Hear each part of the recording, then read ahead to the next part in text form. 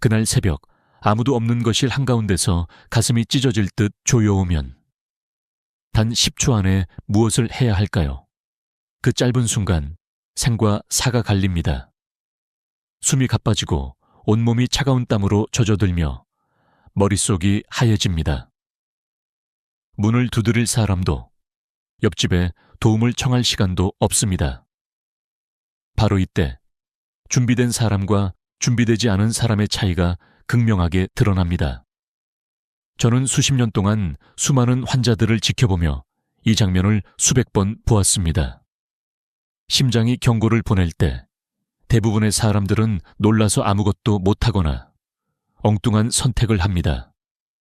하지만 준비된 사람은 숨을 고르고 첫 번째 행동을 시작합니다. 그 차이가 바로 생존의 문턱을 넘는 열쇠입니다. 그날도 마찬가지였습니다. 7, 8세의 한 어르신이 혼자 집에 계셨습니다. 가슴 한가운데서 서서히 조여오는 통증이 시작되었죠. 처음에는 전날 저녁을 과식했나 싶었지만 불편함은 점점 강해졌고 왼팔과 턱까지 뻗쳐갔습니다. 그는 바로 깨달았습니다. 이건 심장마비다. 그리고 그는 머릿속에 새겨둔 첫 단계를 실행했습니다. 모든 행동을 멈추고 가까운 의자의 등을 기대고 앉았습니다.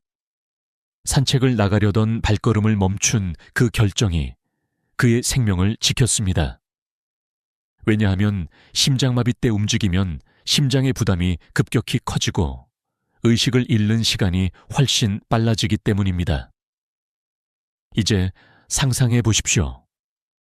여러분이 혼자 있을 때 갑자기 이런 증상이 찾아온다면 무엇부터 하시겠습니까? 많은 분들이 119부터 전화해야지 라고 생각하지만 실제 현장에서는 전화기를 잡기조차 힘든 경우가 많습니다. 숨이 가쁘고 손끝에 힘이 빠지며 말이 제대로 나오지 않을 수 있습니다. 그래서 첫 10초 동안은 안전한 자세를 취하고 몸을 안정시키는 것이 우선입니다. 그 후에야 비로소 다른 단계로 넘어갈 수 있습니다. 저는 여기서 하나의 진실을 말씀드리고 싶습니다. 심장마비는 영화 속처럼 갑자기 쓰러지는 장면만 있는 것이 아닙니다. 오히려 서서히 다가오는 경우가 많습니다. 그래서 준비가 되어 있지 않으면 신호를 놓치고 대응이 늦어집니다. 특히 95세 이상의 어르신들은 혼자 계실 때 위험이 3배 이상 높아집니다. 도와줄 사람이 없으니 스스로의 판단과 행동만이 생명을 지키는 버팀목이 됩니다. 10초라는 시간은 짧지만 그 안에 해야 할 행동은 단순합니다. 멈추고 앉고 숨을 고르기. 단 3가지입니다. 하지만 이 단순함이 수많은 생명을 살렸습니다. 저와 오랫동안 알고 지낸 박노인도 그랬습니다. 그는 증상이 시작되자마자 현관 옆 의자에 앉아 숨을 고르며 벨게시쿨을 부를 힘을 비축했습니다. 불과 몇 분 뒤 구급대가 도착했을 때 그는 여전히 의식을 유지하고 있었고 신속한 치료로 큰 손상 없이 회복했습니다. 여러분이 지금 이 영상을 보고 계신다면 첫 번째 약속을 해 주십시오. 심장이 경고하면 나는 10초 안에 멈추고 앉겠다. 이 약속이 앞으로 여러분의 생명을 지키는 첫 문장이 될 것입니다. 지금부터 저는 여러분께 혼자 있을 때도 살아남을 수 있는 8가지 방법을 순서대로 말씀드릴 것입니다. 하지만 오늘의 핵심, 바로 이 첫 단계는 절대 잊지 마시기 바랍니다. 왜냐하면 이 시작이 모든 것을 바꾸기 때문입니다. 여러분이 그 10초를 어떻게 쓰느냐에 따라 다시 가족의 품으로 돌아갈 수 있을지 아니면 영영 돌아오지 못할지가 결정됩니다. 그리고 한 가지 더. 이 10초의 선택은 단지 행동의 문제가 아닙니다. 나는 살아남겠다는 마음의 선언입니다. 의지가 몸을 움직이고 몸이 생명을 붙잡습니다. 그 순간 여러분은 더 이상 무기력한 피해자가 아니라 스스로를 지키는 주인공이 됩니다. 저는 이 진실을 너무나 많은 현장에서 보았습니다. 살아남은 사람들은 결코 포기하지 않았습니다. 그들은 바로 이 10초 안에 결정을 내렸습니다. 오늘 여러분께 그 결정을 전하고 싶습니다. 지금 숨을 깊게 들이마시고 마음속으로 되뇌십시오. 위험이 오면 나는 멈추고 안고 숨을 고른다. 그 간단한 다짐이야말로 심장이 보내는 첫 경고를 이겨내는 비밀입니다. 심장마비는 절대 시끄럽게 다가오지 않습니다. 우리는 흔히 드라마나 영화에서 갑자기 가슴을 움켜쥐고 쓰러지는 장면을 떠올립니다. 그러나 현실에서 심장은 훨씬 더 조용하고 교활하게 침입합니다. 마치 한밤중에 발자국 소리도 없이 문을 열고 들어오는 도둑처럼 아무런 경고 없이 조금씩 우리를 옥죄어 옵니다.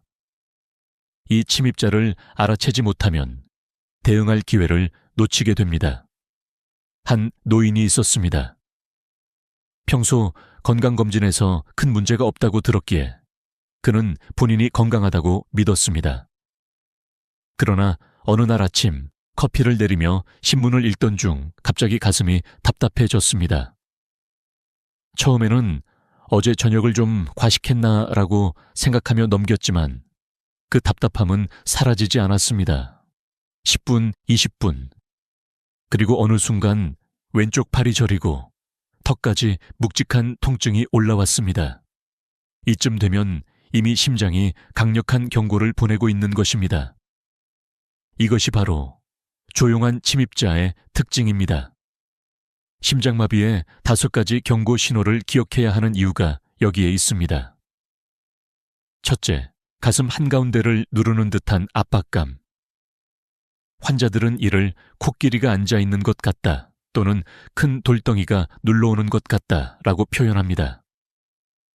둘째, 이 통증이 팔과 턱으로 퍼져나가는 현상입니다. 특히 여성의 경우 턱 통증으로 치과를 찾다가 응급실로 옮겨지는 경우가 많습니다. 셋째, 이유 없는 극심한 피로감. 아무 일도 안 했는데 온몸이 무겁고 힘이 빠지는 기분입니다. 넷째, 갑작스러운 숨가쁨과 식은땀. 계단을 오르지 않았는데도 숨이 차고 땀이 비오듯 흐른다면 경계해야 합니다. 다섯째, 어지럼증과 구토. 많은 분들이 체했나 하고 소화제를 찾지만 이 선택이 돌이킬 수 없는 결과를 부르기도 합니다. 문제는 이 신호들이 모두 한꺼번에 나타나지 않는다는 것입니다. 5가지 중 2-3가지만 나타나도 심장마비를 의심해야 합니다. 특히 60세 이상, 고혈압, 당뇨, 흡연 경험, 고지방 식단 등 위험 요인이 있다면 더욱 예민하게 반응해야 합니다. 그렇지 않으면 이 침입자는 소리 없이 심장을 멈추게 만들 수 있습니다. 실제로 제가 겪었던 사례 중에는 증상을 무시하고 집안일을 계속하다가 쓰러진 분이 많습니다. 그분들은 조금 쉬면 괜찮아지겠지라고 생각했습니다. 하지만 심장은 그렇게 기다려주지 않습니다. 신호를 보내는 시간은 길어야 몇 시간, 짧으면 30분 안에 위기가 찾아옵니다. 여기서 중요한 것은 증상 자체보다 인식의 속도입니다. 내가 지금 느끼는 것이 소화불량인지 단순한 피로인지 고민하는 시간보다 혹시 심장마비일 수 있다고 의심하는 순간 행동해야 합니다. 왜냐하면 의심이 빠를수록 생존 확률은 기하급수적으로 올라가기 때문입니다. 저는 종종 강의에서 이렇게 말합니다. 심장은 거짓말을 하지 않는다. 그러나 우리는 심장을 자주 무시한다. 이 말의 의미는 단순합니다. 몸이 보내는 신호를 무겁게 받아들여야 한다는 것입니다. 누군가는 너무 예민하게 반응하는 거 아니냐고 묻지만 예민함 덕분에 살아남은 사람들을 저는 수없이 보았습니다. 여러분도 오늘부터 이 조용한 침입자의 패턴을 기억하십시오. 가슴이 조여오고 통증이 퍼지고 이유 없이 피곤해지고 숨이 차고 어지럽다면 그것은 단순한 피로나 체기가 아닐 수 있습니다. 그 순간이 바로 우리가 다음 단계로 넘어가야 할 때입니다. 이 신호들을 아는 것만으로도 이미 여러분은 절반은 준비된 셈입니다. 나머지 절반은 행동입니다. 그리고 그 행동이 바로 혼자서도 살아남을 수 있는 유부까지 방법입니다. 이제 그 구체적인 방법으로 들어가겠습니다. 혼자 있을 때 심장마비가 찾아온다면 생존의 가능성을 높이기 위해 반드시 기억해야 할 9가지 행동이 있습니다. 이 순서와 이유를 알고 있으면 패닉에 빠지지 않고 몸을 지킬 수 있습니다. 그리고 이 9가지는 단순히 지식이 아니라 반사적인 습관이 되어야 합니다. 왜냐하면 실제 상황에서는 생각할 시간이 거의 없기 때문입니다. 첫 번째, 모든 행동을 즉시 멈추고 안전한 곳에 앉습니다. 걷고 있다면 멈추고, 서 있다면 의자나 소파에 앉아 등을 기대십시오. 바닥에 주저앉으면 혈액순환이 더 나빠지고 일어나기도 힘들어집니다. 실제로 제가 만난 한 노인은 집 앞에서 쓰레기를 버리려다 증상이 시작되었는데 곧바로 현관 의자에 앉아 위기를 넘겼습니다. 반대로 계속 움직이며 버티려다 길에서 쓰러진 경우는 발견되기까지 시간이 길어져 치명적 결과로 이어졌습니다. 두 번째, 아스피린 100mg 한 알을 씹어서 삼키지 않고 혀 밑에서 녹입니다. 이렇게 하면 위로 내려가기 전 바로 혈액에 흡수되어 혈전을 녹이는 효과가 빨라집니다. 단, 위궤양이 있거나 아스피린 알레르기가 있다면 이 단계는 건너뛰어야 합니다. 제가 만난 76세 할머니는 이 방법으로 심장 손상을 40% 줄일 수 있었습니다. 물론 아스피린이 없다면 당황하지 말고 다음 단계로 바로 넘어가면 됩니다. 세 번째, 179에 신고하고 주소를 또렷하게 전달합니다.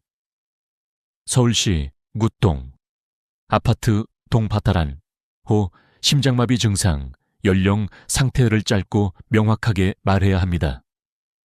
심장마비 상황에서는 의식이 흐려지기 전 첫 1275초에 모든 중요한 정보를 전달하는 것이 중요합니다. 이때 목소리가 떨리더라도 당황하지 말고 준비된 문장을 그대로 읽듯이 말하십시오. 네 번째, 대문을 열어두고 비밀번호나 열쇠 위치를 눈에 띄는 종이에 적어둡니다. 응급대원이 도착했는데 문이 잠겨 있으면 귀중한 시간을 낭비하게 됩니다. 혹시 도둑이 들면 하는 걱정보다 생명이 우선입니다. 실제로 문을 미리 열어둔 덕분에 16분 만에 병원 도착, 수술로 완전히 회복한 사례가 많습니다. 다섯 번째, 몸을 45도 각도로 기대고 다리를 심장보다 약간 높게 올립니다. 이렇게 하면 심장에서 머리로 가는 혈류를 유지하면서 폐에 물이 차는 것을 줄일 수 있습니다. 완전히 눕지 말고 너무 곧게 앉지도 마십시오. 쿠션이나 베개를 이용하면 좋습니다. 이 자세 하나로 의식을 끝까지 유지한 환자를 여러 번 보았습니다. 여섯 번째, 가족에게 전화 대신 짧은 문자로 알립니다. 심장마비 증상, 119 신고, 병원 이동 예정처럼 간단하게 쓰고 한 명이 아닌 여러 명에게 동시에 보내십시오. 전화를 하면 대화로 심장에 부담을 주고 중요한 시간을 허비할 수 있습니다. 일곱 번째, 4초 동안 코로 들이마시고 6초 동안 입으로 내쉬는 복식 호흡을 반복합니다. 숨을 내쉴 때 후, 소리를 내면 더 천천히, 안정적으로 호흡할 수 있습니다. 이 호흡법은 심장 박동을 안정시키고 혈압을 낮춰주며 불안감을 완화하는 효과가 있습니다. 실제로 한 노인은 이 호흡법에 집중하면서 두려움이 줄고 마음이 차분해졌다고 했습니다. 이 6가지를 순서대로 하면 이미 병원에 도착하기 전 생존 확률을 크게 끌어올릴 수 있습니다. 하지만 가장 중요한 것은 미리 연습입니다. 머릿속으로만 아는 것과 몸이 기억하는 것은 전혀 다릅니다. 최소 한 달에 한 번은 실제 상황을 가정하고 반복해 보십시오. 그리고 오늘부터 여러분의 집과 마음속에 이 7단계를 새겨두길 바랍니다. 그것이 혼자 있어도 살아남는 힘이 됩니다. 미리 준비된 사람은 위기 속에서도 침착합니다. 그 이유는 단순합니다. 몸과 마음이 이미 어떻게 행동할지를 기억하고 있기 때문입니다. 오늘 말씀드릴 4가지 준비 습관은 여러분이 혼자 있을 때도 심장마비를 이겨낼 수 있도록 돕는 필수 생존 장치입니다. 첫 번째, 대문 열기와 비밀번호 노출 연습입니다. 현관 비밀번호나 열쇠 위치를 A4 용지에 큼지막하게 적어 현관문 안쪽이나 거실 테이블에 두십시오. 평소에는 보이지 않게 두더라도 위기 상황에서는 바로 문에 붙일 수 있도록 준비합니다. 일주일에 한 번은 실제로 연습하세요.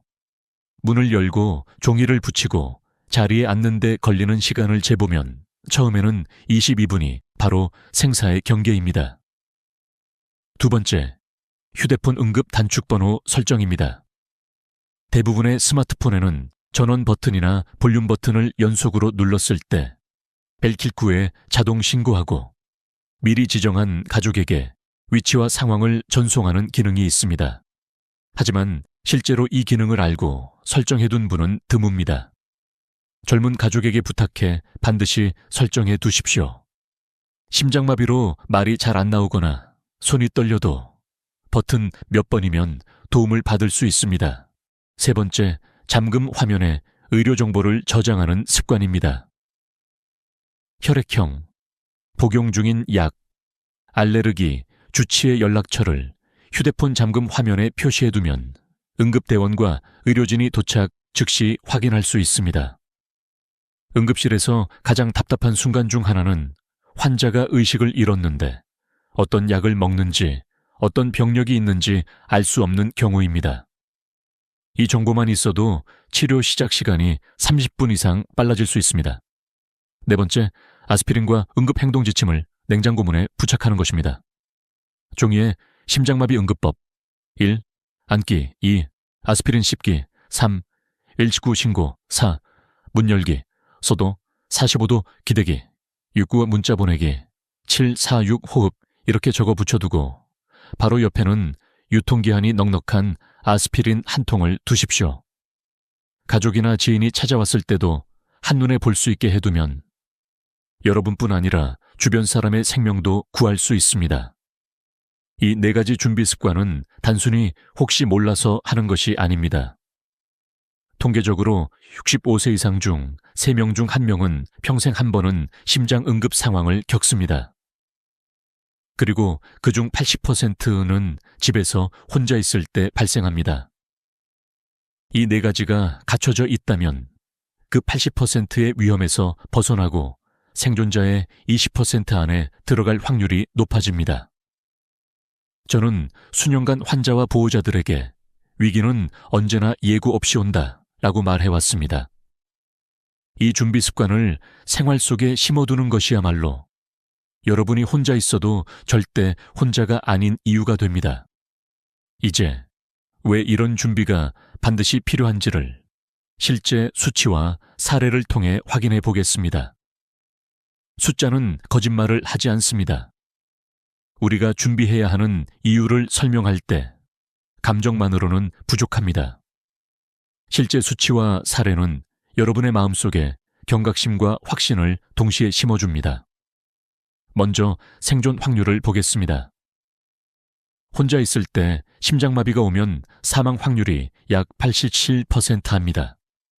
그러나 경고 신호를 인식하고 첫 1분 안에 올바른 행동을 시작하면 생존 확률은 90% 가까이 올라갑니다. 불과 몇 분 전과 후의 차이가 이렇게 큽니다. 이는 제가 직접 치료한 수백 명의 환자 데이터에서도 확인됩니다. 한 예를 들어보겠습니다. 76세 김모 어르신은 아침 산책을 나가려다 가슴 압박감과 왼팔 저림을 느꼈습니다. 그는 제가 강연에서 설명한 7단계를 떠올렸습니다. 45도 기대기, 아스피린 씹기, 헬치구 신고, 대문 열기, 문자 전송, 호흡 조절. 구급대가 도착했을 때 그는 의식을 유지하고 있었고 심장 손상은 최소화됐습니다. 반면 같은 나이의 다른 환자는 소화불량인가 보다 하고 약만 먹으며 참다가 쓰러졌고 발견됐을 땐 이미 소생이 불가능했습니다. 또 하나의 중요한 수치가 있습니다. 심장마비 환자의 85%는 초기 증상을 다른 질환으로 착각합니다. 어깨 결림, 위장 장애, 감기 기운 등으로 오인해 대응이 늦어집니다. 특히 여성은 턱 통증, 이유 없는 피로감, 소화불량이 주요 신호로 나타나는 경우가 많습니다. 이 때문에 치과나 약국에 들렀다가 응급실로 실려오는 사례도 적지 않습니다. H9 응급대원과 이야기를 나누어 보면 현장에서 가장 안타까운 순간은 문이 잠겨 있거나 환자가 전화를 받지 않아 진입이 늦어지는 경우라고 합니다. 그래서 대문 열기가 생존 전략에서 필수인 이유입니다. 구급대가 문 앞에 서 있는 1분, 2분은 환자에게는 치명적인 시간이 될 수 있습니다.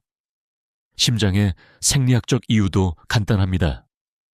심장마비가 발생하면 심근의 혈액 공급이 막히고 산소 결핍으로 세포가 빠르게 손상됩니다. 1분마다 손상 범위는 넓어지고 10분 이상 지나면 돌이킬 수 없는 뇌 손상 가능성이 커집니다. 이런 상황에서 우리가 해야 할 모든 행동은 결국 시간을 벌기입니다. 병원에 도착하기 전 심장이 최대한 버틸 수 있도록 돕는 것. 이것이 7단계의 목적입니다.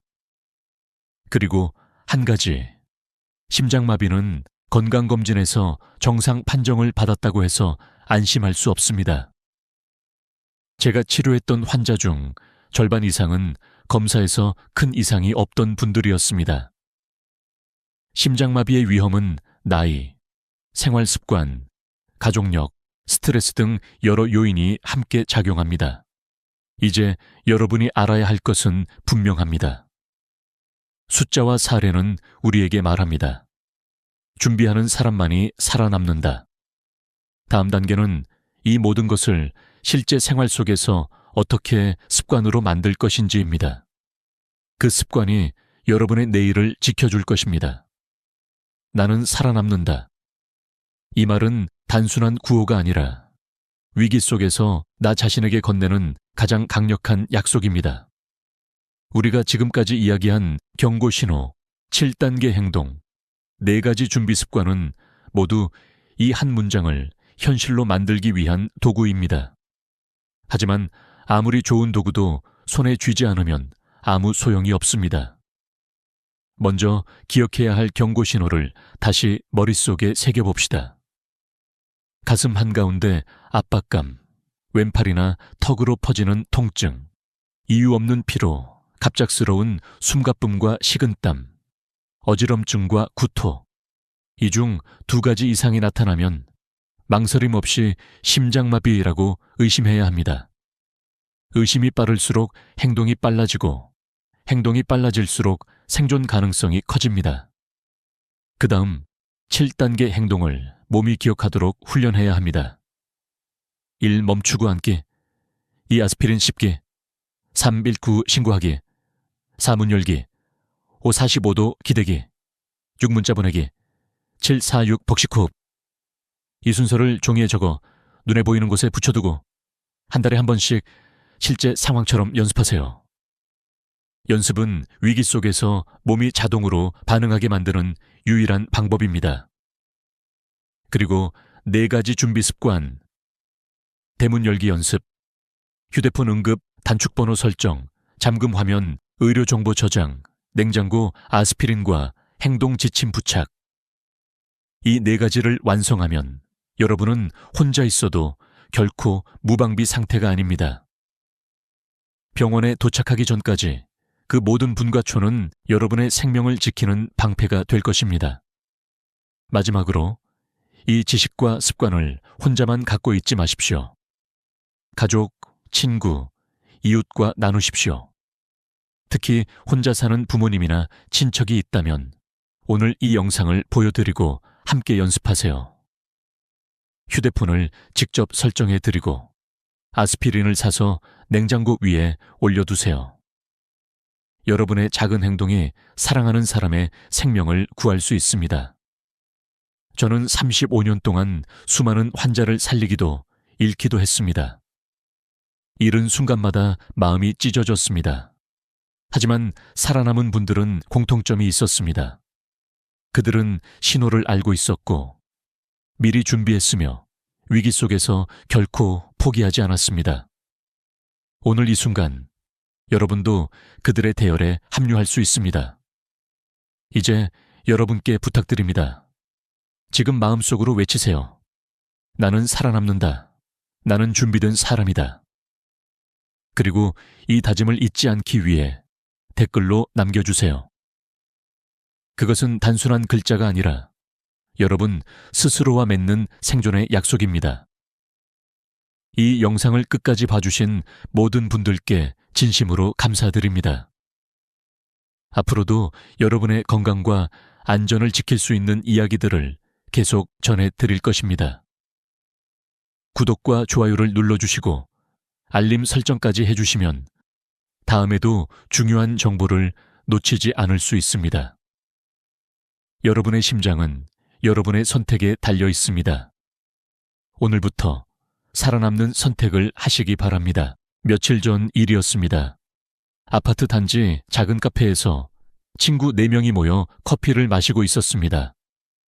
화제는 자연스럽게 지난 봄 벚꽃놀이로 넘어갔죠.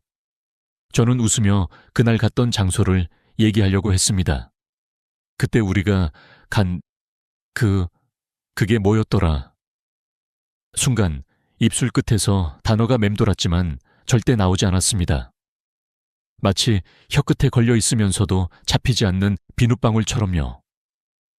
주변 친구들이 기다리며 고개를 끄덕이는데 제 심장은 점점 빨리 뛰고 손끝은 식어갔습니다. 머릿속은 하얗게 비어버리고 웃음으로 얼버무리며 다른 주제로 넘어갈 수밖에 없었습니다. 집으로 돌아오는 길, 마음속에 묘한 씁쓸함이 남았습니다. 예전에는 이런 적이 거의 없었는데 왜 요즘 부쩍 많아진 걸까?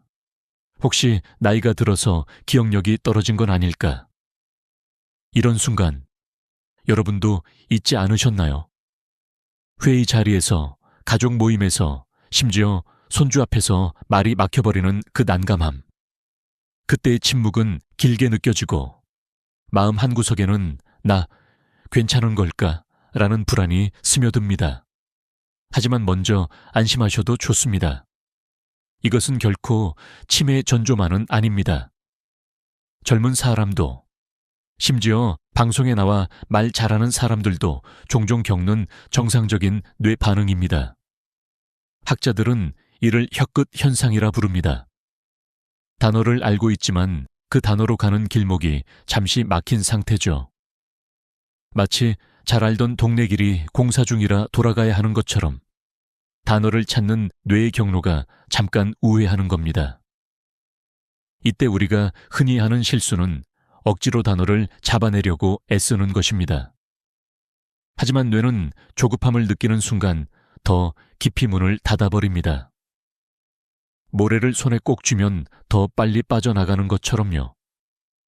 그래서 단어가 떠오르지 않을 땐 잠시 멈추고 그 단어와 관련된 다른 단서들을 차근차근 떠올려야 합니다. 장소라면 그곳의 풍경, 냄새, 함께 갔던 사람, 들었던 음악, 이런 것들을 떠올리다 보면 어느 순간 단어가 툭 하고 튀어나옵니다. 저는 이 방법을 생활 속에서 종종 씁니다. 몇 달 전 병원 대기실에서 한 어르신이 연예인 이름이 생각 안 난다며 답답해 하셨죠. 그래서 제가 그분이 나왔던 드라마는 뭐였죠? 하고 물었습니다. 그분은 잠시 생각하다가 그 병원 드라마라고 하셨고 그러자 곧바로 이름이 떠오르더군요. 뇌는 이렇게 우회로를 찾으면 금세 길을 열어줍니다. 또 하나 중요한 건 말을 천천히 하는 습관입니다. 우리는 생각난 걸 바로 말하려다 단어가 비어버리는 경우가 많습니다. 대신 숨을 한번 고르고 한 문장을 끝까지 마친 후 다음 문장을 준비해 보세요. 이렇게 하면 뇌가 단어를 정리할 시간을 벌 수 있어 훨씬 매끄럽게 말할 수 있습니다. 제가 존경하는 78세의 한 지인은 매일 아침 신문을 소리내어 읽습니다. 그리고 그날 읽은 단어 중 하나를 골라 손주에게 그 뜻을 설명해 줍니다. 오늘 단어는 배려야. 네가 친구한테 의자를 양보한 게 바로 배려야. 이렇게 입 밖으로 자주 꺼내는 단어는 뇌 속에서 자주 쓰는 정보로 분류돼 언제든 꺼낼 수 있게 됩니다. 혹시 지금 이 이야기를 들으며 오늘 하루 동안 단어가 막혔던 순간이 떠오르셨나요? 그렇다면 오늘 밤부터라도 작은 변화를 시작해 보십시오.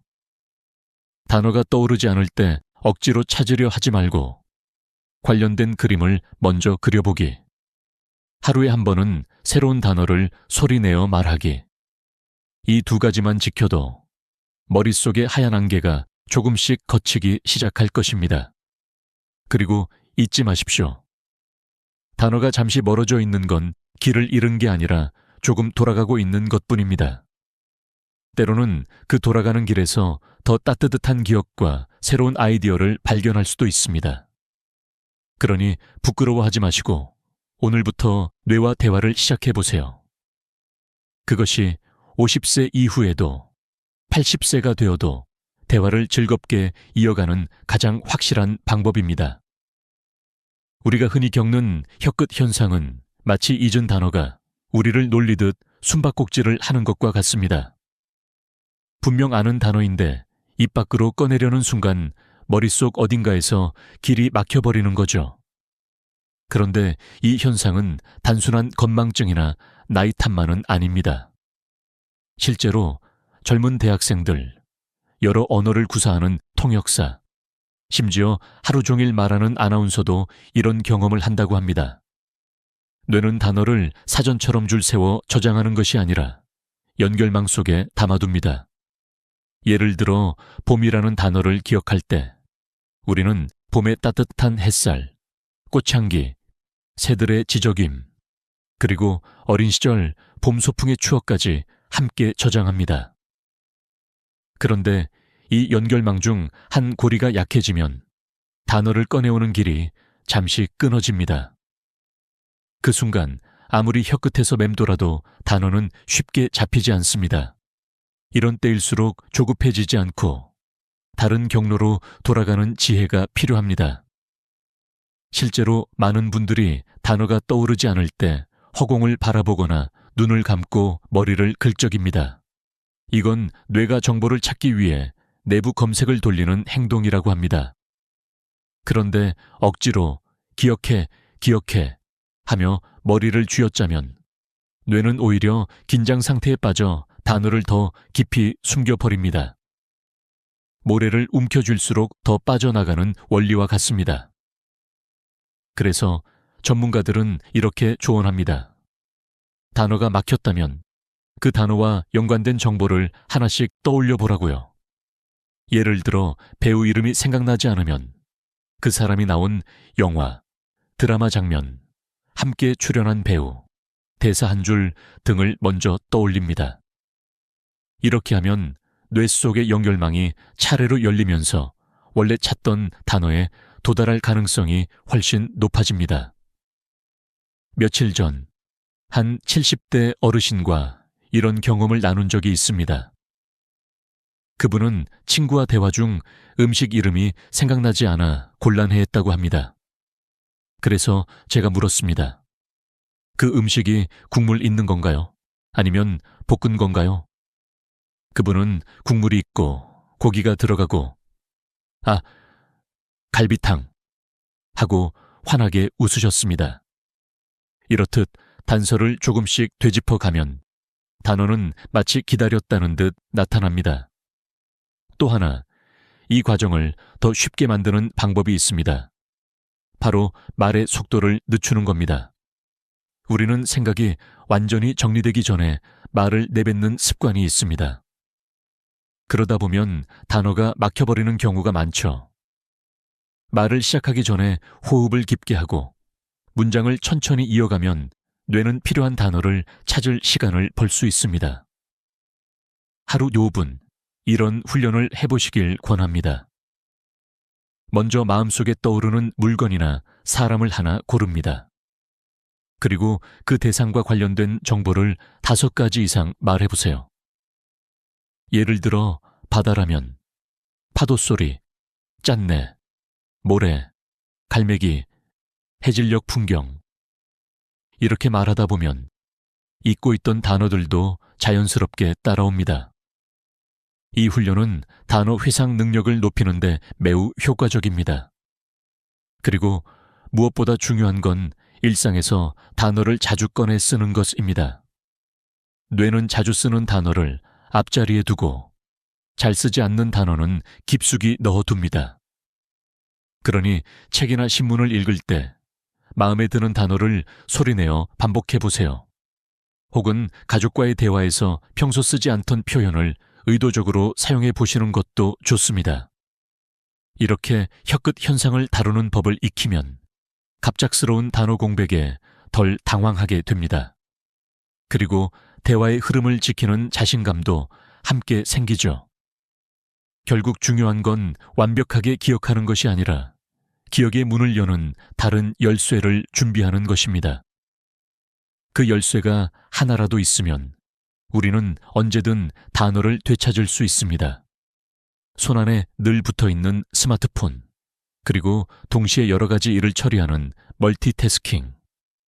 편리하고 효율적으로 보이지만 사실 이 2가지가 우리의 기억을 조금씩 갉아먹고 있다는 사실 알고 계셨나요?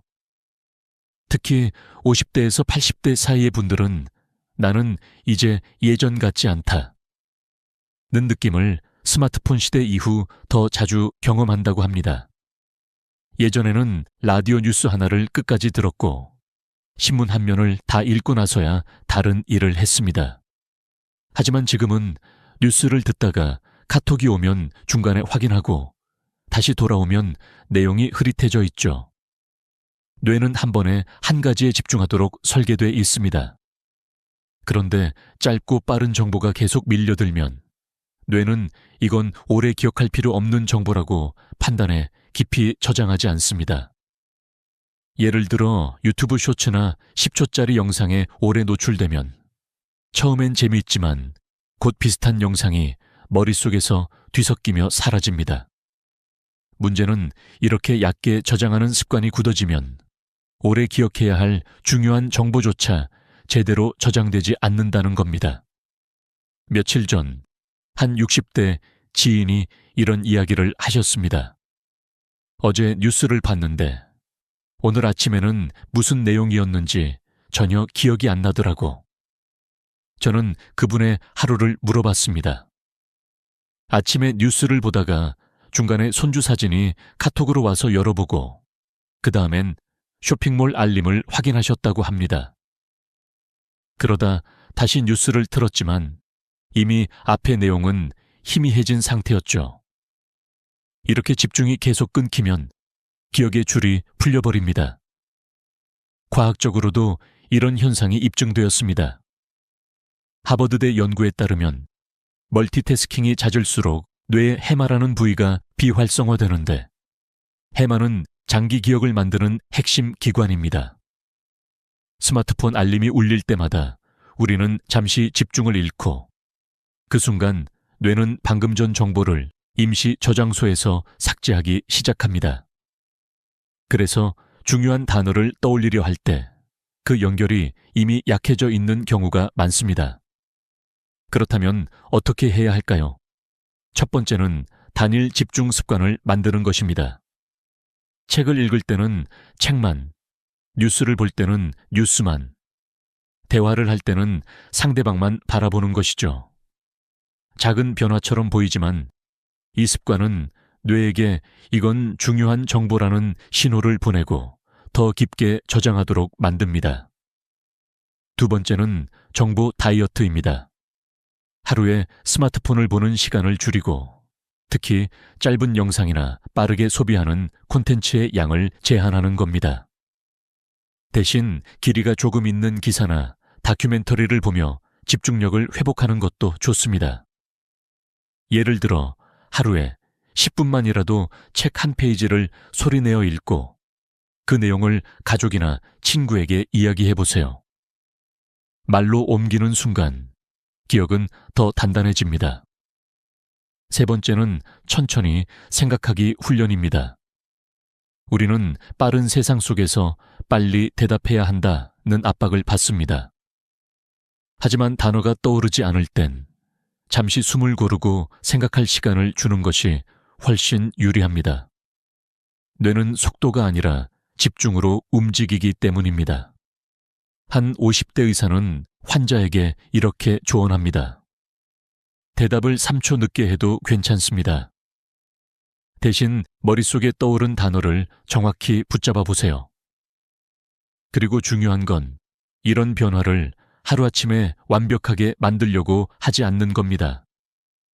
처음엔 하루에 한 번, 대화 중 스마트폰을 멀리 두고 온전히 대화에만 집중해 보세요. 점차 그 시간을 늘리면 뇌는 다시 깊게 기억하는 법을 배우게 됩니다. 마지막으로 헬렌 켈러의 말이 떠오릅니다. 세상에서 가장 아름다운 것은 보거나 들을 수 없다. 마음으로 느껴야 한다. 우리는 너무 많은 것을 보고 듣느라 정작 중요한 것을 깊이 느끼고 기억하는 시간을 잃고 있습니다. 스마트폰 속 무한한 정보보다 지금 눈앞의 대화와 표정, 목소리가 더 오래 남는다는 것을 기억하시길 바랍니다. 오늘부터 손안의 소음을 잠시 꺼보는 건 어떨까요? 그 조용한 틈에서 잊고 있던 단어들이 다시 또렷하게 떠오를지도 모릅니다. 말을 하려는데 입속에서 단어가 맴돌다가 사라져버리는 순간 우리는 종종 이렇게 생각합니다.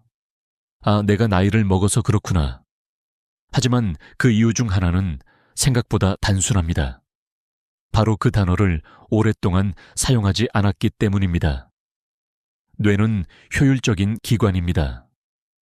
자주 쓰는 정보는 금방 꺼낼 수 있도록 앞으로 꺼내두지만 쓰지 않는 정보는 잘 안 쓰는 물건처럼 깊숙이 넣어두죠. 예를 들어 몇 년 전까지 자주 다니던 식당의 전화번호는 또렷하게 기억했지만 그 식당에 가지 않게 되자 금세 잊어버립니다. 매일 입력하는 집 비밀번호는 아무 생각 없이 누르지만 오랫동안 쓰지 않은 계좌 비밀번호는 기억이 가물가물하죠. 단어도 똑같습니다. 우리가 자주 쓰지 않는 어휘는 뇌 속에서 먼지가 쌓인 서랍 속으로 들어가 버립니다. 한국의 70대 김 할머니는 이런 이야기를 들려주셨습니다. 예전에는 친구들하고 시사 얘기, 드라마 얘기, 정치 얘기까지 다양하게 했는데 요즘은 늘 똑같은 사람들하고 같은 얘기만 하다 보니 단어가 단순해졌어. 같은 환경, 같은 대화 패턴이 계속되면 사용하는 단어의 폭이 점점 줄어들고 결국 기억 속 어휘 창고는 점점 비어 보이게 됩니다. 이 현상을 막으려면 어떻게 해야 할까요? 첫 번째 방법은 의도적인 단어 바꾸기입니다. 예를 들어 맛있다 대신 풍미가 깊다, 기분이 좋다 대신 상쾌하고 힘이 난다, 괜찮아요 대신 문제 없습니다 처럼요. 이렇게 조금 더 구체적이고 새로운 표현을 사용하면 뇌는 이 단어는 중요한 정보라고 판단해 다시 앞쪽에 저장합니다. 두 번째 방법은 소리내어 말하기입니다. 읽기만 하면 쉽게 잊어버리지만 직접 입으로 말하면 기억이 훨씬 오래 갑니다. 책을 읽을 때 한 문장이라도 소리내어 읽어보세요. 그리고 그 문장을 다른 말로 바꿔서 다시 말해 보십시오. 예를 들어 신문에 경제 회복 속도가 빨라지고 있다 라는 문장이 있다면 우리 동네 시장도 경기가 활기를 되찾고 있다처럼요. 세 번째 방법은 일상 속 말하기, 루틴을 만드는 겁니다. 제가 아는 60대 남성은 매일 저녁 TV 뉴스를 보며 3개의 새로운 단어를 적어둡니다. 그리고 그날 저녁 식사 시간에 그 단어를 넣어 가족과 대화합니다. 오늘 뉴스에 이런 단어가 나왔는데, 이렇게 말하다 보면 그 단어가 몸에 배게 됩니다. 또 한 가지 흥미로운 방법은 감각을 이용한 단어 회상입니다. 예를 들어 꽃 이름이 생각나지 않을 때 그 꽃의 색, 향기, 계절을 먼저 떠올립니다. 이렇게 감각과 함께 단어를 불러내면 뇌의 여러 부위가 동시에 활성화되어 기억이 살아납니다. 혹시 지금 마음속에 내가 요즘 자주 쓰는 말이 떠오르시나요? 그 말이 지나치게 단순하다면 오늘 하루만이라도 의도적으로 바꿔보세요. 그리고 그 변화를 가족이나 친구에게 들려주며 대화를 나누세요. 아인슈타인은 배움을 멈추는 순간 우리는 늙는다고 말했습니다. 단어도 같습니다. 쓰면 쓸수록 더 선명해지고 안 쓰면 점점 희미해집니다. 새로운 단어를 배우고 그 단어를 생활 속에서 직접 써보는 것.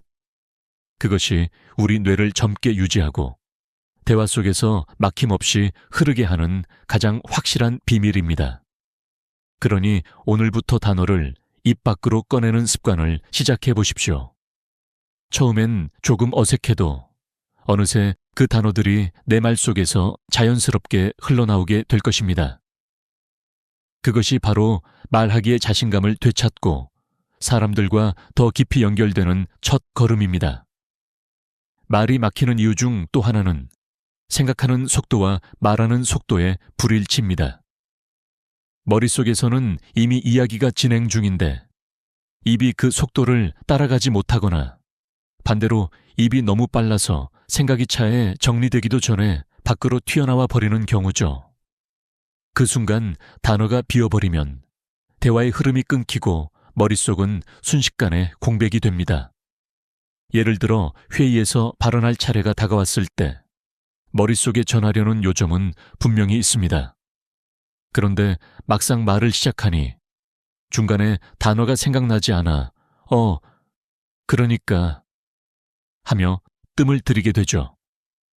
상대방의 시선이 느껴지고 마음속에서는 빨리 말해야 한다는 압박이 밀려오면서 생각은 점점 더 뒤엉킵니다.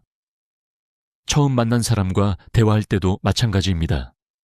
어색함과 긴장이 겹쳐서 하고 싶은 말이 있어도 중간에 멈추게 됩니다. 이런 상황은 작업기억이라는 개념으로 설명할 수 있습니다. 작업기억은 머릿속의 임시 메모장과 같습니다.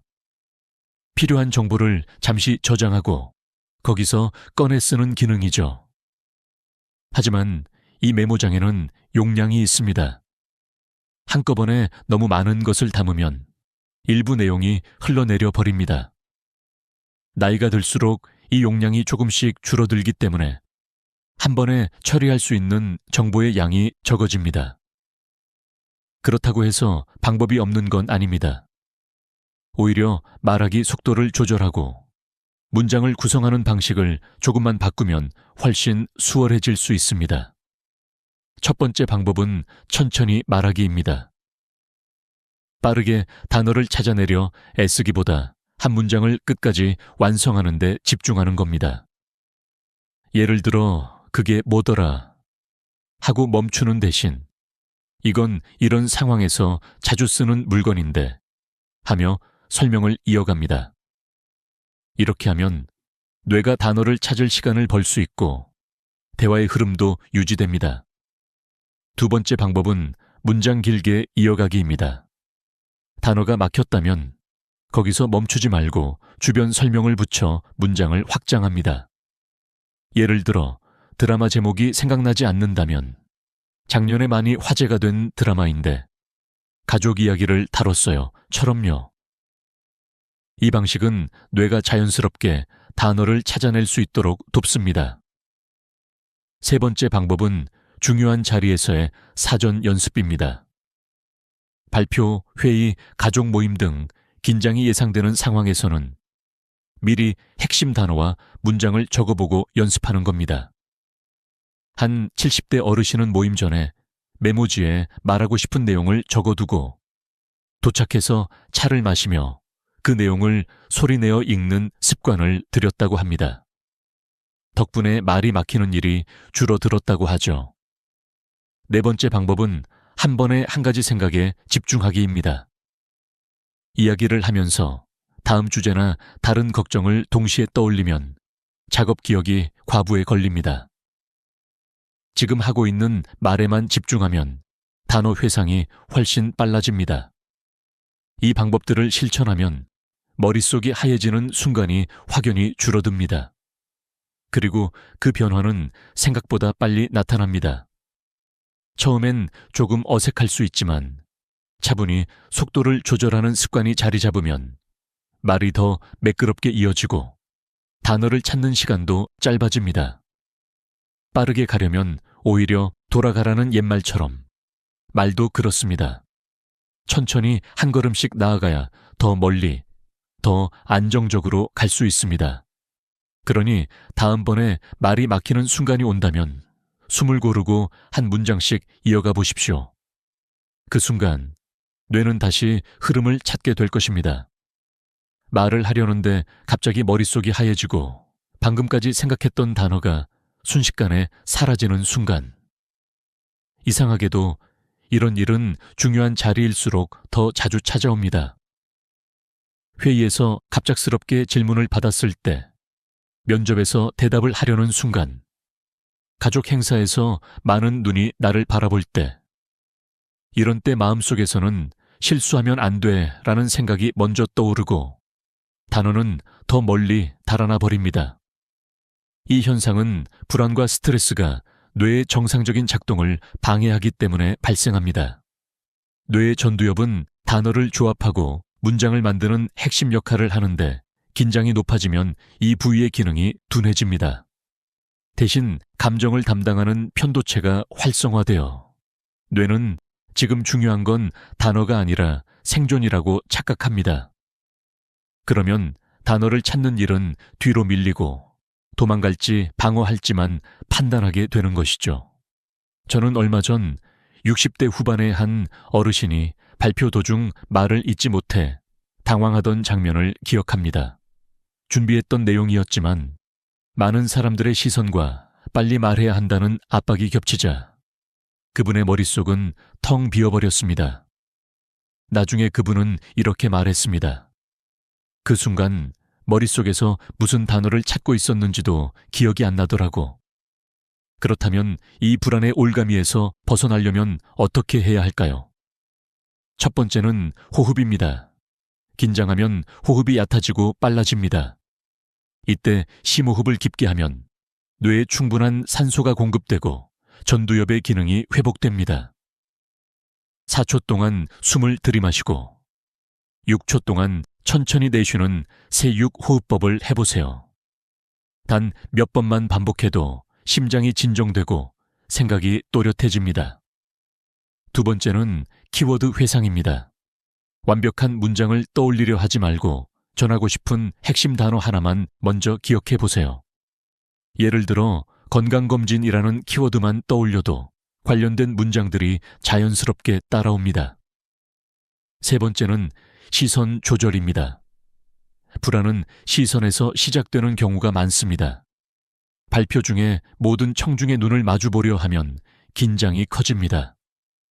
대신 편안한 표정을 짓는 한두 명의 얼굴이나 벽 한쪽을 바라보며 말하세요.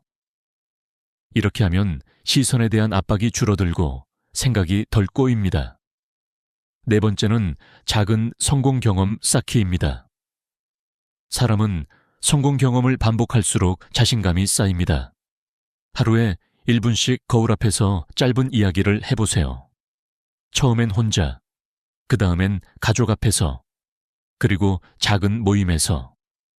단계적으로 말하는 경험을 늘리면 긴장 상황에서도 뇌가 평소대로 작동하기 시작합니다. 마지막으로 스스로를 탓하지 마십시오. 불안과 스트레스는 누구에게나 찾아오는 자연스러운 반응입니다. 중요한 건 그 반응을 다루는 방법을 아는 것입니다. 단어가 잠시 떠오르지 않아도 그건 실패가 아니라 잠깐 쉬어가는 신호일 뿐입니다. 여기서 제가 드리고 싶은 한 가지 실천표가 있습니다. 7일 실천표입니다. 1일차 하루에 1분 거울 앞에서 말하기 연습. 2일차 오늘의 키워드 한 개 정하고 하루에 3번 사용. 3일차 스마트폰 없는 10분 대화. 4일차 4-6호흡법 5회 반복.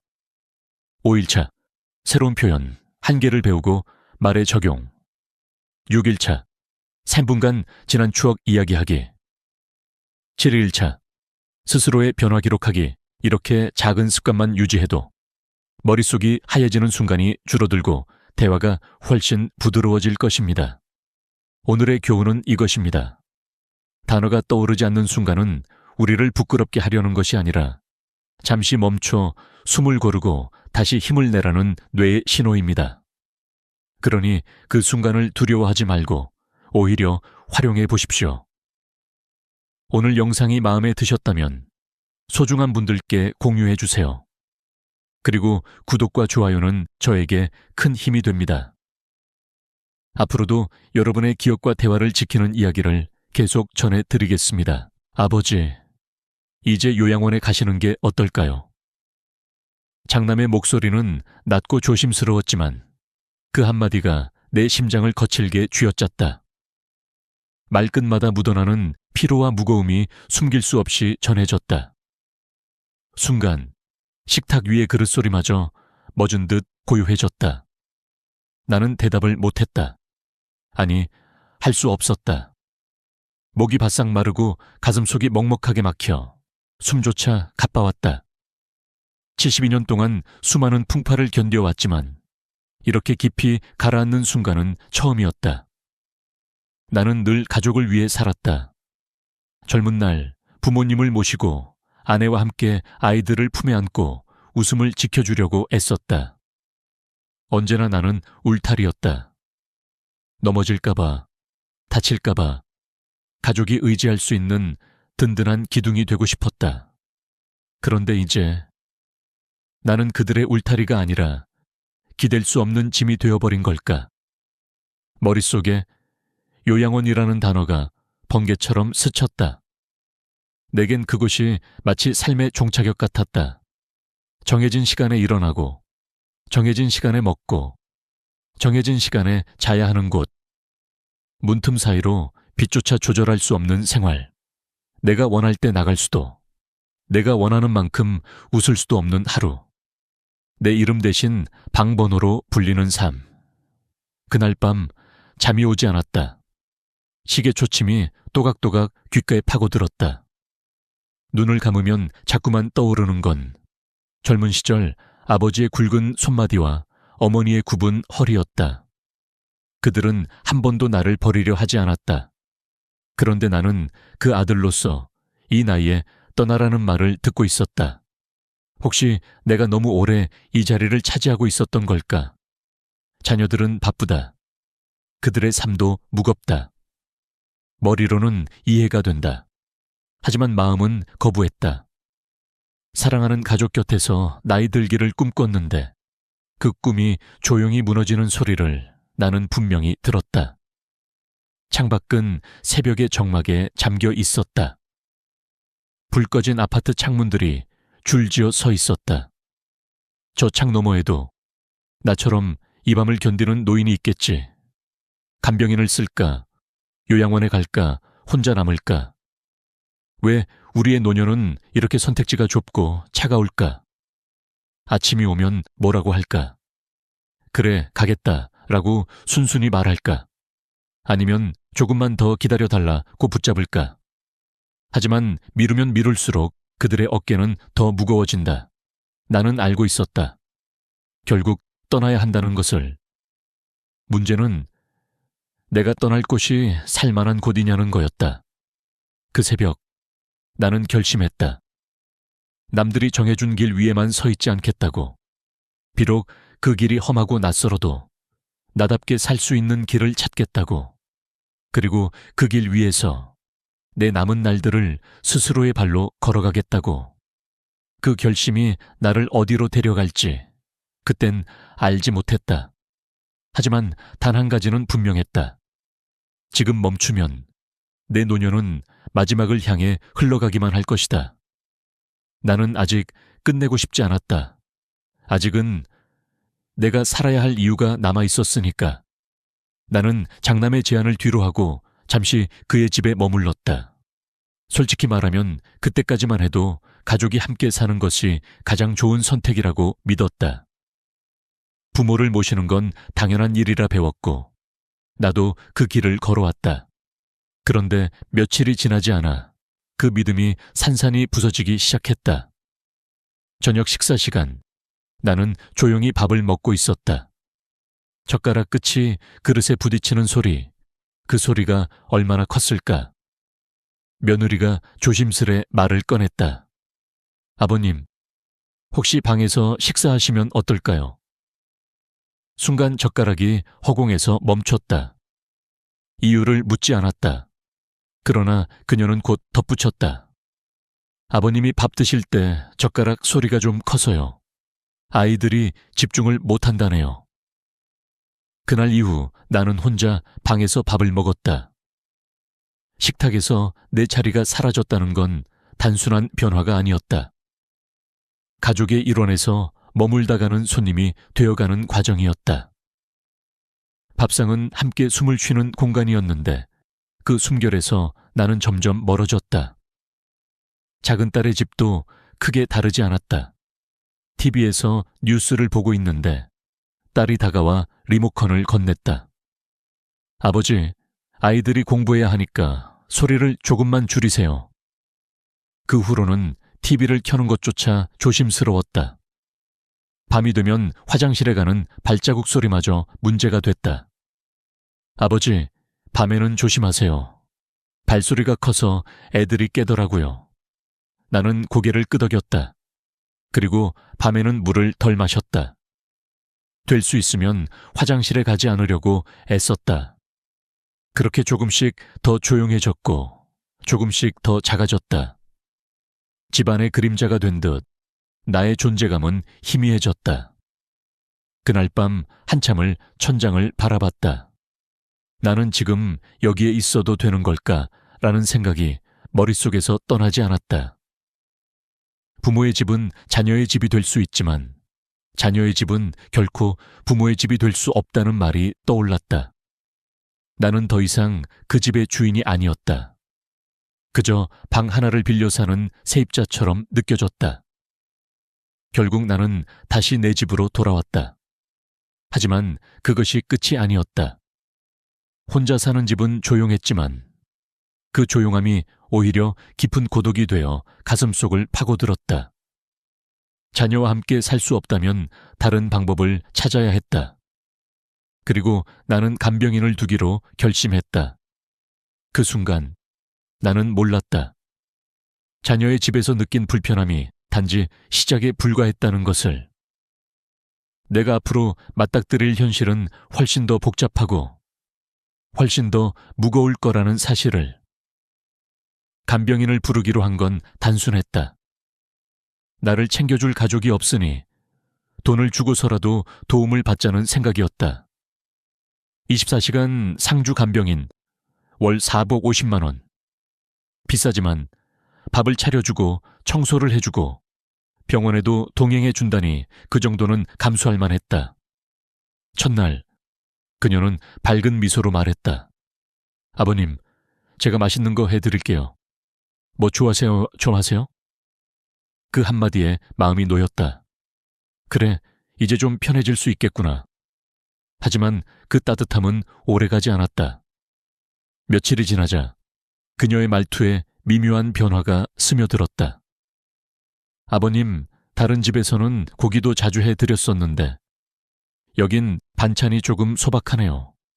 식비를 조금 더 주시면 제가 더 잘 챙겨드릴 수 있는데요. 처음엔 대수롭지 않게 넘겼다. 하지만 매 끼니마다 은근한 불만이 섞인 말이 이어졌다. 이렇게 검소하시면 제가 밥하는 보람이 없어요. 맛있는 거 먹으며 일하고 싶잖아요. 그건 단순한 반찬 얘기만이 아니었다.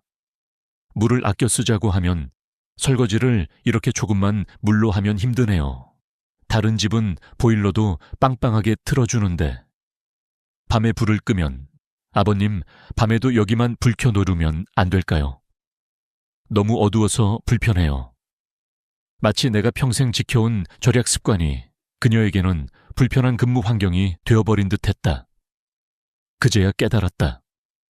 내가 간병인을 필요로 하는 것처럼 그들도 일하기 좋은 환경을 원한다는 것을. 하지만 그들의 기준에 맞추자면 나의 생활 방식은 완전히 바뀌어야 했다. 사부 50만 원이라는 큰 돈을 매달 쓰면서도 나는 여전히 불편하고 외로웠다. 간병인은 언제든 조건이 맞지 않으면 떠날 수 있는 존재였다. 관계는 고용과 해고 사이에 있을 뿐 가족과 같은 정은 없었다. 어느 날 그녀가 짐을 챙기며 말했다. 아버님, 죄송해요. 저랑 잘 안 맞는 것 같아요. 다른 집으로 가야 할 것 같아요. 문이 닫히는 소리가 이상하게 크게 들렸다. 집안의 공기가 한순간에 무겁게 가라앉았다. 그제야 생각했다.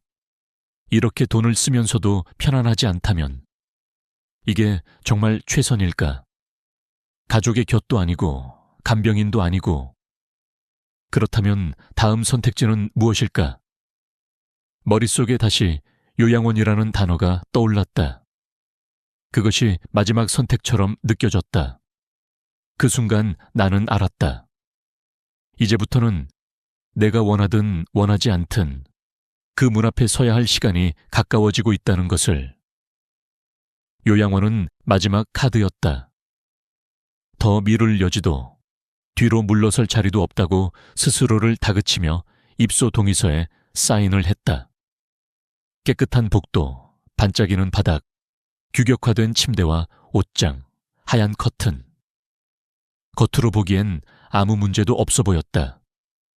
안전과 돌봄이라는 단어가 벽마다 붙어 있는 것만 같았다.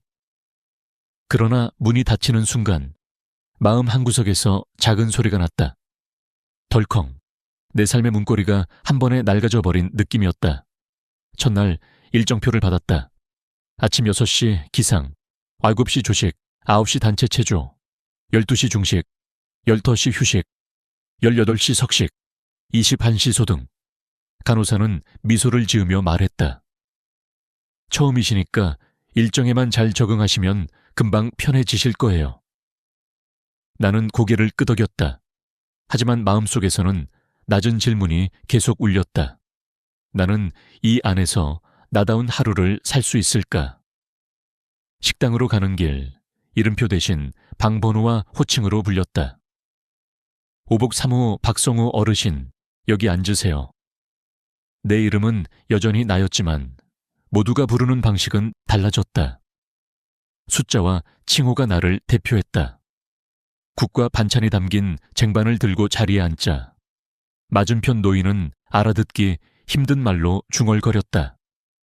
고개를 끄덕이고 미소를 보였지만 그 미소는 금세 식어버렸다. 식판의 무늬가 필요 이상으로 선명하게 보였다. 철제 숟가락 소리가 식당 가득 울렸다. 가족과 먹던 밥상 소리는 따뜻했는데 여기서의 소리는 깨끗하고 차가웠다. 오전 9시가 되자 체조 시간이 시작됐다. 음악이 흐르고 선생님의 구호에 맞춰 팔을 들었다 내렸다. 몸을 움직이는 건 나쁘지 않았다. 문제는 몸의 속도가 마음의 속도와 맞지 않는다는 것이었다. 조금 더 천천히 숨을 고르고 싶을 때에도, 조금 더 길게 느리고 싶을 때에도 이미 다음 동작으로 넘어가 있었다. 나는 대열에서 계속 반 박자씩 늦었다. 그럴 때마다 내 존재가 미세하게 삐걱거리는 소리가 났다. 낮잠 시간. 불이 줄고 복도는 고요해졌다. 그러나 같은 방 할아버지의 코 고는 소리는 파도처럼 밀려왔다. 처음엔 견뎌보려고 뒤척였다. 코 고는 소리가 잦아들면 잠이 들 수 있을 거라고 믿었다. 그런데 숨을 들이쉴 때마다 더 큰 굉음이 쏟아졌다. 낯선 냄새, 낯선 숨소리, 낯선 리듬. 내가 살아온 수십 년의 밤이 단 이틀 만에 모두 바뀌어버렸다. 둘째 날 저녁, TV가 켜지자 간호사가 다정하게 말하는 척 단호하게 말했다. 박성우 어르신, 지금은 공용 시간입니다. 볼륨을 규정에 맞춰주세요. 나는 리모컨을 내려놓았다. 여기서는 모든 소리가 규정으로 시작해 규정으로 끝났다. 내 감정의 크기도 내 침묵의 길이도 정해진 틀 안에 담겨야 했다. 약을 먹을 시간. 종이컵과 알약이 내 앞에 놓였다. 간호사가 시계를 힐끗 보았다. 어르신, 약이 식기 전에 드셔야 해요. 나는 고개를 끄덕이고 물을 들이켰다. 약의 쓴맛은 금방 사라졌지만 시간에 맞춰 삼켜야 하는 나라는 사실은 목 안깊숙이 남았다. 밤이 되자 복도 끝에서 소리가 났다. 옆방 할머니가 악몽을 꾸는지 신음과 외마디 비명이 번갈아 가며 터졌다. 잠깐이면 괜찮겠지 싶었는데 자정이 지나도 새벽 2시를 넘어도 간헐적으로 이어졌다. 간호사가 달려왔다가 돌아가면 잠깐 고요가 찾아왔지만 다시 낯선 밤의 파도가 요양원 전체를 스쳤다. 나는 눈을 감고 마음속에 문을 하나 만들었다. 문틈으로 바람이 샜다. 여기는 함께 사는 곳인데 왜 더 외로울까? 셋째 날 아침, 거울을 보니 얼굴빛이 노랗게 바랬다. 간호사는 건강체크표에 숫자를 적고 적응에 시간이 필요하세요 라고 말했다. 나는 숫자를 보지 않았다. 숫자는 내 상태를 설명할지 몰라도 내 마음을 위로하지는 못한다는 걸 첫 이틀 만에 알았다. 세면대에서 물을 틀었다. 차갑지도 뜨겁지도 않은 적정이라는 이름의 온도. 갑자기 손끝에 오래된 기억이 스쳤다. 새벽 어시장에 어머니를 모시고 갔던 젊은 날. 겨울바람을 막아주던 뜨거운 국밥 그릇의 온기. 그 온기는 누군가의 표준 온도가 아니라 나와 어머니에게 꼭 맞는 온도였다. 그 기억이 끓어오르는 순간 나는 알았다. 이곳의 모든 것이 나를 보호해 줄 수는 있어도 나를 살아있게 하지는 못한다는 것을. 저녁 식사 시간. 맞은편 노인이 숟가락을 떨어뜨리자 직원이 재빨리 주워 올렸다. 괜찮습니다니 어르신. 그 친절한 말 사이로 또박또박한 규칙의 발소리가 들리는 듯했다. 나는 식판의 국물에 비친 내 얼굴을 보았다. 어딘가 흐려졌다. 이름 대신 방번호로 불리고, 욕구 대신 시간표로 움직이고, 감정 대신 점검표로 기록되는 하루. 나는 점점 나에서 멀어지고 있었다. 그날 밤 소등 직전 간호사가 말했다. 박성우 어르신, 이제 취침 시간이니까 TV는 끄겠습니다. 화면이 어둠 속으로 빨려 들어갔다. 방 안에 남은 건 화장실의 희미한 불빛과 코 고는 소리, 그리고 아무데도 닿지 못한 내 한숨뿐이었다. 눈을 감았다 뜨는 사이 나는 결심했다. 여기서 도망치듯 나가야겠다. 이 결심은 요양원을 부정하려는 게 아니었다. 누군가에게 요양원은 반드시 필요한 곳일 수 있다. 다만 나에게는, 지금 이 순간의 나에게는 삶의 호흡을 너무 얕게 만드는 곳이었다. 나는 아직 내 속도로 숨쉬고 내 리듬으로 걷고 내 시간으로 웃고 싶었다. 다음 날 아침 퇴소 의사를 전했다. 직원은 놀라지 않았다. 대신 차분하게 절차를 안내했다. 방을 정리하며 침대 모서리를 한번 쓰다듬었다. 사흘 동안 내 몸이 누웠던 자리, 내 마음이 적응하지 못했던 자리. 커튼을 젖히자 늦어름 햇빛이 쏟아졌다. 그 빛 아래서 나는 아주 작게, 그러나 분명하게 중얼거렸다. 나는 나로 살겠다. 문을 나서는 발자국 소리가 복도 길게 울렸다.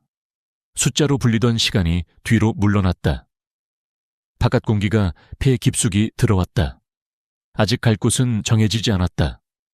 하지만 나는 알았다. 남들이 깔아둔 길이 아니라 내가 선택한 길을 찾아야 한다는 것을. 안전과 통제 사이가 아니라 자율과 존엄 사이에 서 있어야 한다는 것을. 사흘 만에 나온 요양원의 문 앞에서 나는 하늘을 올려다보았다. 구름은 느리게, 그러나 분명히 흘렀다. 나도 그렇게 흘러가리라. 조금 돌아가도 좋다. 중요한 건 멈추지 않는 것. 나의 남은 날들이 숫자가 아닌 이름으로, 규정이 아닌 순결로 기록되길 바라며 나는 다시 한 걸음을 떼었다. 집으로 돌아온 첫날, 고요함이 나를 감쌌다. 그러나 그 고요함은 편안함이 아니라 묘한 불안이었다. 냉장고의 윙소리, 벽시계의 초침소리, 창밖 바람이 스치는 소리. 모든 소리가 크게 느껴졌다. 그 순간 깨달았다. 혼자 사는 노년의 가장 큰 위험은 사고와 발견의 지연이라는 것을.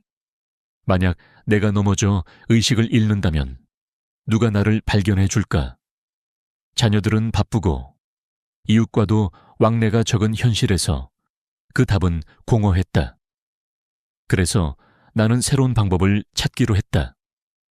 병원에서 상담을 받은 끝에 스마트 케어 시스템을 설치하기로 했다.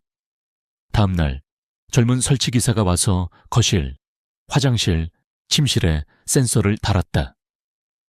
움직임이 일정 시간 이상 감지되지 않으면 자동으로 자녀와 이웃에게 알림이 가도록 설정했다. 낙상 감지 센서도 부착했다. 이제 혹시 모를 사고에 대한 대비책이 마련된 셈이다. 아침이 되면 스마트 스피커가 내게 말을 건넸다. 오늘은 흐리고 낮 기온은 24도입니다. 약 드실 시간입니다. 약을 제때 먹는 건 작은 변화였지만 생활 리듬을 지키는데 큰 도움이 됐다. 음성 명령으로 불 꺼줘, TV 켜줘 라고 말하면 즉시 반응이 왔다. 몸을 움직이는 게 점점 힘들어지는 나이에 이 작은 편리함은 큰 차이를 만들었다. 에어컨, 조명, 보일러는 스마트 플러그로 제어했다. 필요할 때만 켜고 꺼서 전기 요금을 절약했다. 예전 같으면 불필요하게 켜져 있던 전등이나 가전이 자동으로 꺼지니 한 달 생활비가 줄어드는 게 눈에 보였다. 전기 절약이 습관이 되자 나는 다시 내가 살아온 방식, 아끼고 절제하는 생활을 지킬 수 있다는 안도감을 느꼈다. 그러나 시간이 지날수록 기술이 줄 수 있는 건 안전과 편리함뿐이라는 걸 깨달았다. 외로움은 여전히 내 곁에 앉아 있었다. 거실 조명이 켜지고 TV 소리가 방을 채워도 대화가 없으면 그 소리들은 금세 공허해졌다. 사람의 목소리, 웃음소리, 눈을 마주치는 순간의 온도. 그런 건 어떤 스마트 기기도 대신할 수 없었다. 저녁 무렵 나는 거울 속 나를 바라봤다. 안전장치로 둘러싸인 집에 있지만 여전히 마음 한쪽은 텅 비어 있었다. 혹시 다른 길이 있는 걸까? 라는 생각이 스쳤다. 가족과 함께 살기엔 현실적인 벽이 있고 간병인은 비용과 관계의 문제를 안고 있으며 요양원은 내 자율성을 앗아갔다. 그렇다면 전혀 새로운 방식은 없을까? 며칠 뒤 우연히 신문 기사에서 실버 코하우징이라는 단어를 보았다. 완전히 함께 살진 않지만 서로의 안전과 생활을 돌봐주는 노인 공동체. 그 문장을 읽는 순간 마음속 어딘가가 번쩍였다. 서로의 독립을 존중하면서도 필요한 순간 손을 잡아줄 수 있는 구조. 너무 이상적인 건 아닐까 하는 의심과 혹시 이게 내가 찾던 답일지도 모른다는 기대가 동시에 피어올랐다. 그날 밤 나는 오랫동안 잠들지 못했다. 머릿속에 그림이 그려졌다. 아침에 잘 잤어요? 라는 인사가 오가고 식탁 위에는 함께 만든 반찬이 놓이고 병원에 갈 땐 누군가 팔을 잡아주고, 위급할 땐 곧바로 달려와주는 이웃들. 그런 노년이라면 내가 그토록 원하던 자율과 연결을 동시에 가질 수 있지 않을까. 나는 결심했다. 이 길을 직접 걸어보기로. 안전과 편리함을 넘어 마음의 공허함까지 채워줄 수 있는 길을. 처음 실버 코하우징이라는 말을 입에 올렸을 때 주변 사람들은 고개를 갸웃했다. 그게 뭐예요? 같이 사는 건가요? 나는 설명했다. 완전히 함께 사는 건 아니고 각자 집은 있지만 서로 돕는 공동체예요. 듣는 사람들은 반신반의했지만 내 마음속에는 이미 작은 불씨가 붙어 있었다. 시작은 단순했다. 같은 아파트 단지에 사는 몇몇 이웃과 모임을 만들었다. 우리 모두 60대 후반에서 70대 후반이었고 공통점이 있었다. 자녀와 함께 살기는 어렵고 간병인을 두기엔 부담스럽고 요양원은 가고 싶지 않다는 것. 대신 혼자 살다 갑자기 아프거나 사고가 나면 누군가 곁에 있어주길 바란다는 마음이었다. 우선 함께 식사를 해보기로 했다. 식비를 공동으로 부담하고 요일별로 돌아가며 요리를 맡았다. 혼자 밥을 먹을 때는 김치 한 조각에 밥 한 그릇으로 끝날 때가 많았지만 함께 식탁에 앉으니 반찬이 3배는 늘어났다. 식사 시간엔 웃음과 대화가 끊이지 않았다. 오늘 반찬은 누가 했어요? 내일은 내가 국 끓일게요. 사소한 말들이지만 그 사소함이 하루를 따뜻하게 만들었다. 다음으로 병원 동행을 약속했다. 혼자 병원에 가면 의사 설명을 놓칠 때가 많았다. 하지만 함께 가면 서로 메모를 해주고 필요한 약을 빠짐없이 챙겼다. 길이 미끄러울 땐 팔을 잡아주고 대기 시간엔 옛날 이야기를 나눴다. 그 시간이 단순한 동행이 아니라 마음의 지지가 되었다. 안전망도 만들었다. 매일 아침 10시까지 단체 채팅방에 좋은 아침입니다 라고 인사를 남기기로 했다. 아무 연락이 없는 사람이 있으면 곧바로 전화를 하고 필요하면 집으로 찾아갔다. 작은 규칙이었지만 덕분에 혹시 모를 사고에 대한 불안이 줄어들었다. 시간이 지나자 서로의 재능이 드러났다. 요리를 잘하는 사람은 요리 클래스를 열고 바느질이 능숙한 사람은 에코백 만들기를 가르쳤다. 스마트폰 사용이 서툰 이에게는 잘 아는 사람이 직접 앱을 깔아주고 사진 찍는 법을 알려줬다. 그 과정에서 우리는 단순한 이웃을 넘어 작은 가족이 되어갔다. 가끔은 다 같이 산책을 나갔다. 동네 공원을 돌며 계절의 변화를 느꼈다. 봄에는 벚꽃길을, 여름에는 시원한 강변을, 가을에는 낙엽이 수북한 오솔길을, 겨울에는 하얀 눈밭을 함께 걸었다.